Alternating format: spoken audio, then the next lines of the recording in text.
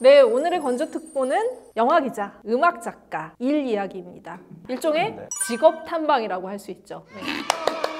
저희가 저번에 이제 그 1만 돌파하면서 그 Q&A를 했는데 질문들이 굉장히 의외로 많이 들어왔어요. 그 중에서 사실은 우리의 일에 대해서 궁금해 하시는 질문들이 많아서 한 번에 하기에는 조금 좀 시간이 모자라다 해서 오늘 본격적으로 직업 탐방하는 시간을 가져보도록 하겠습니다. 본격적. 네. 저는 그냥 영화와 관련된 그 어떤 일이든 하고 싶었죠. 굳이 뭐 영화 기자를 꿈꿨다기보다 여기저기 이제 원서를 넣다가 그때 이제 키노라고 하는 영화 잡지에 이제 합격을 하면서 이제 영화 기자 일을 시작을 했고, 그냥 한번 시작하게 된 거 끝까지 한번 해보자라는 생각으로 쭉 왔었고요. 저도 그랬던 것 같아요. 저는 워낙 영화를 좋아해가지고 어릴 때도 영화를 정말 미친 듯이 봤는데, 주석철 기자가 그때 키노에 먼저 들어와서 제가 캐나다에 있을 때 키노를 한 달에 한 권씩 보내줬어요. 심지어 그걸 보면서 와, 이거 즐겁겠다, 재밌겠다라고 생각을 하고 한국에 들어와서 저는 일이 없었어요. 그랬는데 어느 날 구인날 올라오잖아요. 거기 시내 21이라는 잡지가 그때 대단한 잡지였잖아요. 근데 거기에서 이제 취재 기자를 구한다는, 그날 바로 막 글을 써가지고 보내서 시내 21에 저는 이제 합격을 하게 됐죠. 저는 이제 영화 이전에 먼저 글을 쓰고 싶은 그게 더 컸었어요. 내가 진짜 평론가가 되고 싶다라는 생각을 많이 하고 있었는데, 그때 이제 그 영화가 어떻게 보면은 굉장히 핫한 컨텐츠였고, 주간지를 이렇게 돌돌돌돌 말아서 손에 들거나 가방에 꽂고 다니는 게 그 당시는 굉장히 힙한, 어떻게 보면 내가 좀 글 좀 읽는다, 내가 좀 약간 문화 컨텐츠를 소비하고 있다라는 것들을 보여주는 표식 같은 건데, 나도 이 말려 있는 그 잡지에 내 글이 실리는 그런 것들을 해보고 싶다라는 생각이 되게 컸어요. 그래서 그러면은 영화 평론가가 되려면은 뭘 해야 될까라는 걸 생각했을 때 당연히 영화를 배워야 된다라고 보통은 생각할 거잖아요. 근데 우리 때는 어떤 생각을 했냐면 그러면은 철학을 해야 된다. 영화 평론을 하려면. 그렇지, 무슨 사회학, 철학 이런 거로 오히려 공부해야 된다고 생각을 했지. 그래서 내가 고민한 게, 내가 대학원을 철학과를 갈까, 미학과를 갈까, 신방과를 갈까, 이런 생각을 막 하다가 그 공부를 막 했어요. 그러다가 공부고 뭐고 때려치자, 빨리 원서 써서 이제 그 들어가자 해서 들어온 게 이제 영화 잡지 일을 시작하게 된 계기였던 거죠. 잠깐, 우리 전공 학과가 어떻게 되죠? 행정학과. 행정학과. 저는 그 복수 전공했는데 영어랑 철학. 네. 전 영어 영문학과. 오. 어쩐지 그 발음 좋으시네요. Really? 무슨 발음? 아까 제가 뭔 발음을 했다고 그러니까 발음을. 뭔 발음을 그 팝송 제목 얘기해요. 팝송 제목. 하나 해주세요. 하나. 팝송 제목 아무거나. Yesterday. 영어 영문학과를 나왔으니까 대한민국에서 가장 두꺼운 번역책을 번역했죠. 그쵸. 번역가잖아. 맞아. 번역가라고도 할 수 있어요. 4제가 팔렸다고. 그게 왜 저한테 말을 왜 역정을 내십니까? 저는 진짜 공부하는 거를 기본적으로 좋아했어요. 공부도. 네.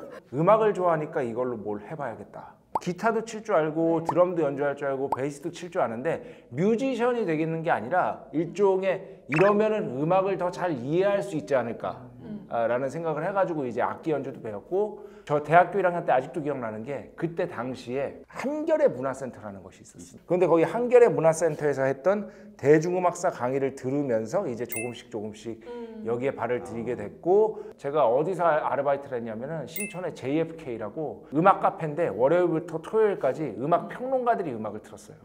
근데 제가 거기서 아르바이트를 오래 했어요. 네. 음악을 좋아해가지고. 그러면서 평론가들도 알게 되고 아름아름 되면서 글을 쓰게 되고, 그러다 보니까 방송에 출연하게 되고, 그런데 그 방송 출연하고 글 쓰는 와중에 생계는 벌어야 되니까 음반사에 취직을 했는데 음반사 너무 힘들더라고.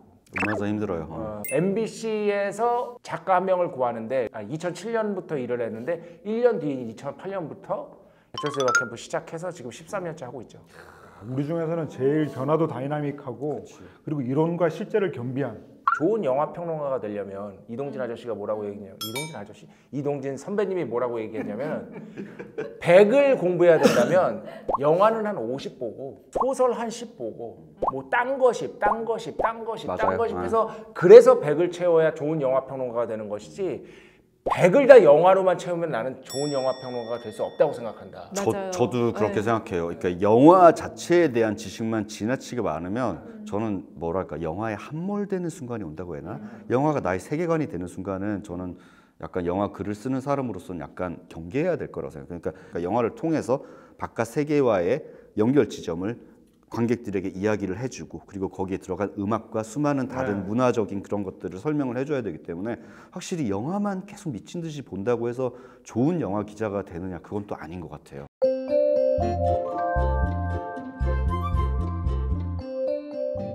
저는 폴린 카일이라는 미국 비평가입니다. 여성 비평가인데요. 그분의 글이 왜 좋냐면 그분의 글은 지나치게 뭐라고 해야 되지? 편합적이지 않아요. 신문을 보는 사람들이 충분히 영화에 대해서 이해하고 납득하기 쉽게끔 설명을 해주면서도 네. 영화를 본다는 것의 쾌감에 대해서 너무나 정말 명확하고 조리 있게 설명을 잘해주는 비평가였습니다. 근데 또 독설가이기도 했어요. 그래서 사운드 오브 뮤직이 개봉했을 때는 설탕을 입혀놓은 사기극이라는 평을 했다가 심지어 너무 사람들이 폴린 카일의 비평에 대해서 욕을 하니까 심지어 잘린 적도 있어요. 그래서 그것 때문에. 근데 그런 거를 두려워하지 않고 대중 영화에 대해서도 자신이 믿는 바를 굉장히 명확하고 쉽게 이야기를 했던 분이고 저는 그래서 그분의 책을 가지고 있어요. 제 Deeper into Movie라고 영화 속으로 더 깊게란 책인데 저는 지금도 그걸 계속 읽어요. 저는 그 영화 감독 박찬욱 님이 그 평론가 시절에 썼던 그 글들을 모아놓은 그 영화 보기의 은밀한 매력, 비디오 드론 이란 책을 나 정말 보고 싶다. 마르고 닳도록 봤고요. 또 다른 분은 제가 이제 처음에 이제 키노 입사해서 뵀던 그 정성일 평론가. 정성일 선생님은 그냥 사람이 영화? 그런 이미지가 있어. 영화 1000% 같은 느낌이 있지. 영화 1000%? 아니 그게 너무 생각이 나는 게 예전에 그 정우님은 영화 음악을 이제 막 라디오를 틀어놓고 듣고 있으면 이제 그 영화 소개를 항상 해주셨었죠. 근데 국내에 수입되지 않은 영화들을 막 얘기를 하는데 그 얘기 자체로 이 영화는 보지 않았는데도 이미 걸작이야. 그러니까 너무 진짜 근데 그 영화를 볼 길은 없어. 그 당시에 수입이 안 됐고 언제 들어올지도 모르고 지금처럼 막 이제 뭐 어떤 방식으로 OTT 뭐 채널이 있는 것도 아니고 어떻게든 볼 수는 없는데 점점 막 그게 증폭되는 거예요. 이 영화에 대한 환상이. 그래서 저는 막 그 이레이저 헤드 이런 얘기를 막 처음에 닭이 목이 잘린 채 뛰어다니는 거를 막 생생하게 그리면서 그 이후에 영화를 봤을 때 이거 해석이 더 재밌는데? 약간 이런 생각이 들 그럴 때 때도 있어. 굉장히 많았었던 그 당시에 것 막 같아요. 고전 같은 것들이 많이 한국에 수입되지 않았을 때 잡지를 보면 엄청난 칭찬들이 있어요. 그래서 그 영화를 나중에 찾아봤는데 이런 경우가 없는 게 아니야 사실. 있겠죠, 당연히. 근데 영화 글을 쓰는 사람들에게는 저는 약간의 호들갑이 좀 필요하다고 생각할 때가 있어요. 약간의 내가 느낀 그 호들갑을 글로 잘 풀어서 관객들이 같은 호들갑을 느낄 수 있게 만들어주는 건 되게 중요한 것 같아요. 제가 이제 사적으로 영향을 미친 사람은 돌아가셨어요. 그 제가 잡지사 다닐 때 이지훈 편집장이라고 있었는데 나는 그분을 한 번도 뵌 적이 없는데 제가 아는 모든 사람들이 그분을 굉장히 다 좋게 말씀하시더라고요.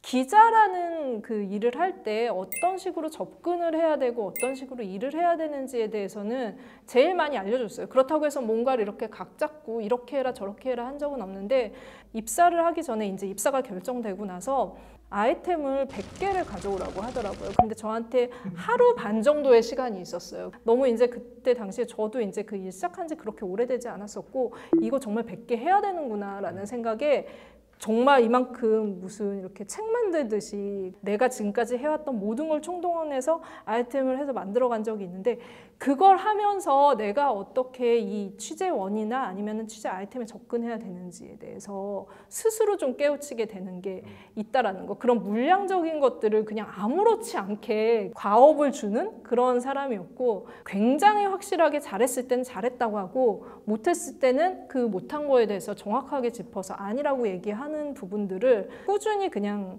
좀 해왔던 선배라는 생각이어서 두고두고 뭔가 일을 할 때 그런 부분들을 생각하게 되는 것 같아요. 나는 신의 10일에서 이제 글을 쓰기 시작한 게 진짜 천운이었다고 생각했는데 제가 신의 10일 다닐 때 저 자리에 김혜리가 있었고 이 자리에 남동철이 있고 저 자리에 김봉석이 있고 그러니까 너무나 그냥 한국에서 가장 영화글을 잘 쓴다는 사람들이 매주 고통스럽게 글을 쓰는 거 보면서 아 나도 함부로 써서는 안 되겠구나. 그리고 그들의 글을 정말 아 저들처럼 글을 쓰고 싶다 라는 욕심을 가지면서 이제 일을 몇 년을 했어요. 그래서 글을 쓰는 분들이 만약에 기회가 된다면 나중에 프리랜서를 할 수도 있지만 직장에 들어가서 잡지사든 신문사든 들어가서 정말로 글 잘 쓰는 사람들을 보면서 배우는 것도 나중에 글쟁이로서 성장하는데 정말로 엄청난 맞아요. 그런 무기가 될 것이다라고 말씀드리고 싶기도 해요. 저는.